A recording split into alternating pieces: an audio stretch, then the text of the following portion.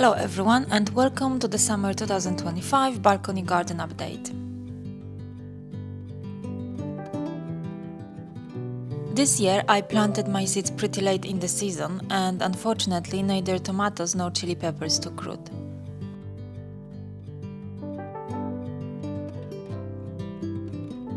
From the seeds I planted, only peas sprouted, but they became tangled and only a handful of pods developed.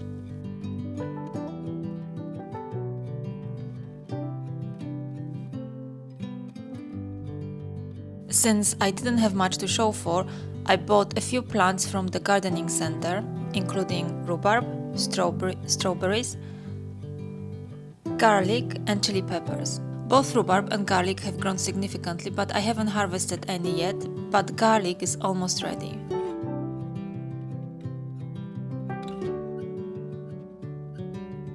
Currently, I have 2 pots of rhubarb growing. One is from the gardening center and the other one I got from my friend Sarah. I will link some of the videos I made with Sarah below. She suggested I cut off the rhubarb root and put it in the soil. I didn't expect the rhubarb to shoot up, as I planted the root after holding onto the rhubarb stems for a week or even longer. But nature is magical.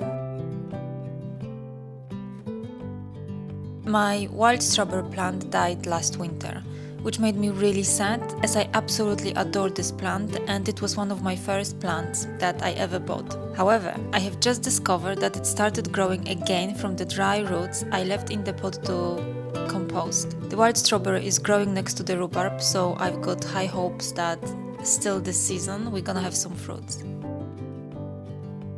The strawberry plant that I got in the gardening center grew large leaves but not that many fruits. Unfortunately, before the kids managed to eat the fruits, the squirrel that visits us every single day and hides her food in the pots ate all of the strawberries. Additionally, the strawberry plant has a lot of shoots, which I will attempt to save for next year. I wasn't successful saving the strawberry shoots last year, but hopefully this year I will do better.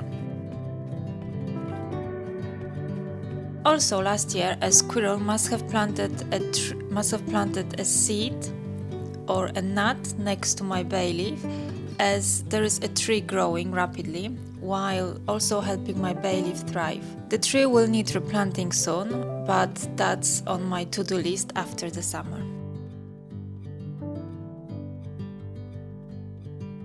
Another unexpected surprise this season has been the self-seeded tomatoes, which are growing in at least 3 separate pots.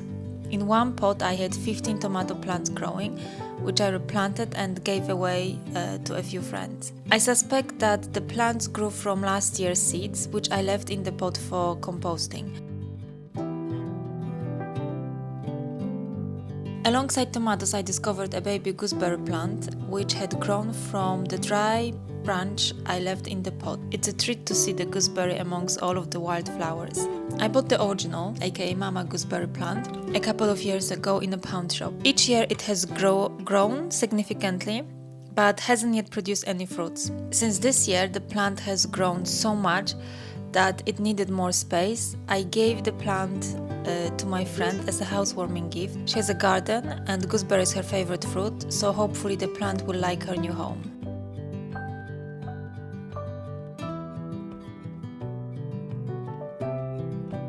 This season I'm particularly proud of my wildflowers, as they have blossomed beautifully. Even though most of the flowers don't last a week, I love looking at them. They seem so gentle and fragile, but at the same time strong, fighting against the wind and the heat. Bees and butterflies have been visiting the flowers this year in large numbers, and it makes me incredibly happy to see them, because that was the reason why I planted the wildflowers. I wanted bees and butterflies to have space and feel safe.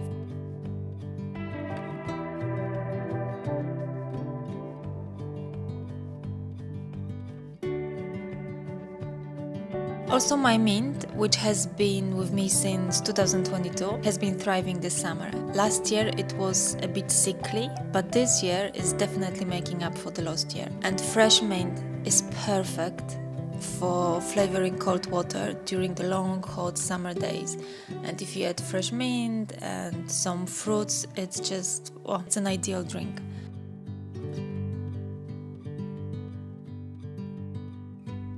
Overall, I'm happy with this year's summer garden. The garden is changing and maturing, starting to embody the space it has, and the surprising self-seeded plants this year are a testament to the regenerative power of nature.